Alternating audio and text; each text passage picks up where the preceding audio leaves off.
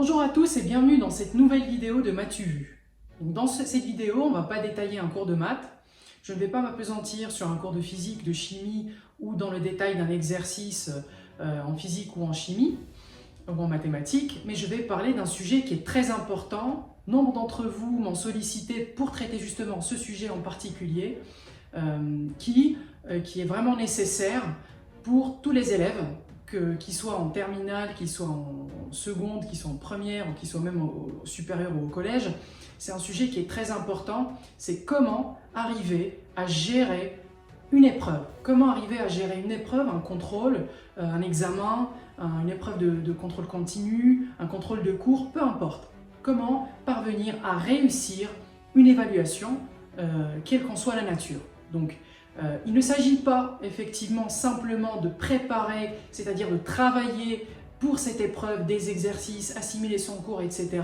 Mais il s'agit surtout de préparation psychologique qui va permettre aux élèves de dépasser les erreurs qui peuvent paraître futiles et qui peuvent paraître tout simplement incroyablement stupides, mais dont l'origine est simplement une question de stress. Alors comment est-ce qu'on peut arriver à gérer son stress? Comment est-ce qu'on peut arriver à mieux s'organiser, à mettre en place une bonne stratégie pour réussir les examens ou les épreuves, les évaluations? C'est ce que je me propose de vous détailler dans cette vidéo.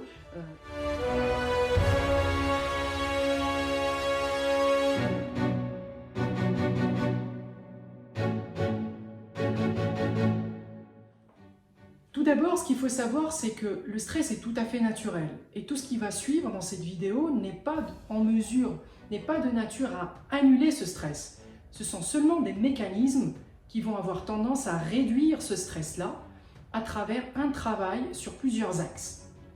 D'abord, ce qu'il faut savoir, c'est que le stress est une attitude qui est tout à fait naturelle. C'est naturel parce que le stress traduit une appréhension. Le stress est une appréhension.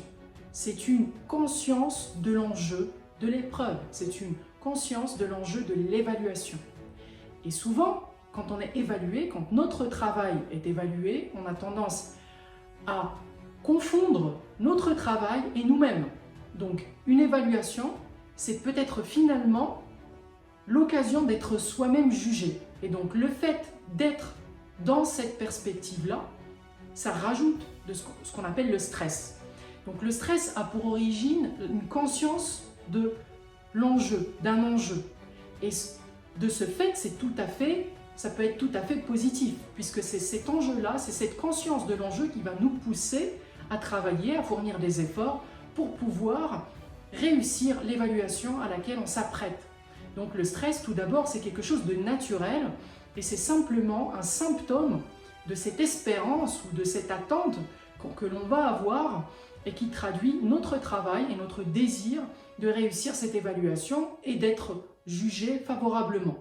La première chose par laquelle il faut commencer, c'est de prendre conscience de la différence entre le travail et la personne, c'est-à-dire de séparer le travail, la préparation, la façon de réussir un examen ou une évaluation de la façon de réussir en général. Ça n'est pas la même chose.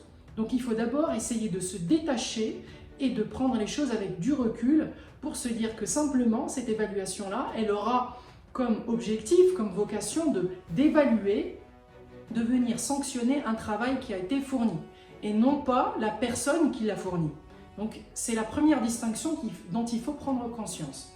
Donc maintenant qu'on a dit ça, maintenant qu'on a expliqué l'origine de ce stress, l'origine de cette peur effectivement de l'échec aussi, qui accompagne cette préparation psychologique pour l'évaluation, il faut être conscient effectivement que pour essayer de réduire l'effet de cette appréhension, la première chose à faire, c'est effectivement de travailler.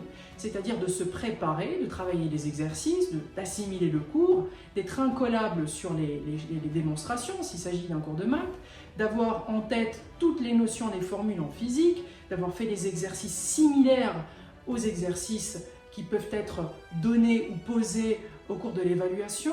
Et donc tout ce travail-là, il aura tendance effectivement à réduire l'appréhension, parce qu'effectivement l'appréhension peut avoir comme cause l'absence de connaissance du format de l'épreuve. Si l'on travaille des exercices qui sont similaires aux exercices qui vont être posés pendant l'évaluation, effectivement, ça réduit le stress, puisque ça réduit cette méconnaissance de ce à quoi on doit s'attendre pendant cette évaluation. Donc évidemment, la première chose à faire, c'est de bien travailler. Parce qu'effectivement, si on ne travaille pas bien, si on sent, on a une sensation de manque de préparation, évidemment qu'on ne peut que stresser. Donc ça, c'est le premier point, c'est d'abord d'être conscient que le travail ou que l'évaluation vient sanctionner un travail et non pas la personne. Donc, en aucun cas, c'est moi qui vais être jugé, mais c'est bien mon travail. D'où la difficulté, effectivement, c'est quelque chose qui est facile à dire, mais qui est difficile à mettre en pratique. Mais il faut se forcer à avoir cette hygiène d'esprit pour essayer de différencier son travail de soi-même. La première chose à faire. La deuxième chose à faire, c'est de réduire l'inconnu. En réduisant l'inconnu, j'entends par là travailler des exercices qui vont être similaires à ce qui va être évalué, ce qui va être demandé, assurer son cours, travailler des exercices peut-être même difficiles, plus difficiles que l'épreuve pour se donner une facilité psychologique à l'aborder. Donc bien sûr, toute la partie travail de fond qui va précéder cette évaluation-là. Donc ça, c'est la première chose à faire. La deuxième chose à faire, et c'est une chose qui est très importante, c'est simplement de visualiser l'épreuve, c'est-à-dire de faire un travail, un effort mental de visualisation de l'épreuve. C'est-à-dire, au cours de la préparation, lorsque on travaille ces exercices, on se met dans les conditions de l'épreuve, avec des exercices minutés, se chronométrer, etc. Et donc, de s'imaginer qu'on est dans l'épreuve et que l'on est en train de la réussir. Et ça marche d'autant mieux quand vous refaites des exercices que vous avez déjà réalisés, que vous avez déjà pu résoudre, et que vous vous imaginez, vous vous projetez mentalement, vous fermez les yeux, vous vous projetez mentalement dans un contexte, dans une situation d'évaluation, et vous avez la sensation effectivement que ces exercices que vous êtes en train de faire et réussir, eh bien vous êtes en situation de l'épreuve et que vous les réussissez. Donc effectivement, cette visualisation mentale, cette identification dans une situation qui va être similaire à la situation de l'évaluation va vous permettre effectivement de créer un circuit neuronal qui finalement habituera votre cerveau à une approche, à mieux aborder une épreuve et à se dire qu'en effet on a la possibilité, la capacité de la réussir et de bien la gérer étant donné qu'on a déjà fait l'expérience. L'expérience est certes mentale, mais le cerveau ne différencie pas une expérience mentale d'une expérience réelle. Et donc, il faut effectivement faire cet exercice d'évaluation ou de simulation ou de visualisation qui est vraiment très important et même essentiel pour réussir ce genre d'épreuve et de réduire son stress. La troisième chose à faire, c'est d'avoir une bonne stratégie. Avoir une bonne stratégie. Qu'est-ce que j'entends par une stratégie d'épreuve ? C'est simplement de se dire, tiens, j'ai une épreuve, j'ai un contrôle qui va porter sur le second degré, qui va porter sur les fonctions, qui va porter sur le logarithme, qui va porter sur les intégrales, qui va porter sur la dérivation, etc., etc. Pour n'importe quel sujet. Pour les maths, je peux prendre aussi comme exemple la physique. Et je sais très bien que j'ai des facilités, par exemple, à résoudre une équation. Donc dans ma stratégie, je me dis que, étant donné que je vais être évalué sur les fonctions, sur le second degré, sur les équations, etc., eh ben, je vais commencer par la partie qui va être la plus facile. C'est ma stratégie. Ça va me permettre d'avoir mieux confiance en moi-même, d'aborder l'épreuve avec plus d'aisance et du coup, de mieux aborder les exercices qui vont être plus difficiles ou de m'assurer quelques points pour avoir au moins la moyenne, etc. Donc, la stratégie, elle dépend de chacun. Chacun a ses appétences, ses préférences, etc. Donc, la stratégie de chacun, il faut l'avoir en tête et il faut la suivre. D'accord ? Mais d'abord, avant de pouvoir l'exécuter, il faut d'abord la mettre en place. Et donc moi, ce que je fais, c'est qu'effectivement, j'écris ma stratégie dans une feuille où j'incite mes élèves à le faire pour se dire, tiens, effectivement, je vais commencer par les exercices qui m'ont l'air les plus simples, par exemple. Ensuite, je vais commencer à réfléchir aux des exercices compliqués. Je vais essayer de lire tout l'énoncé avec détail. Je vais peut-être commencer par les questions. Il y a des gens... Ils commencent par lire les questions avant de lire l'énoncé. Ça permet de gagner du temps. Parce qu'en lisant l'énoncé, les questions qu'on a déjà lues auparavant, les réponses viennent peut-être spontanément en lisant l'énoncé.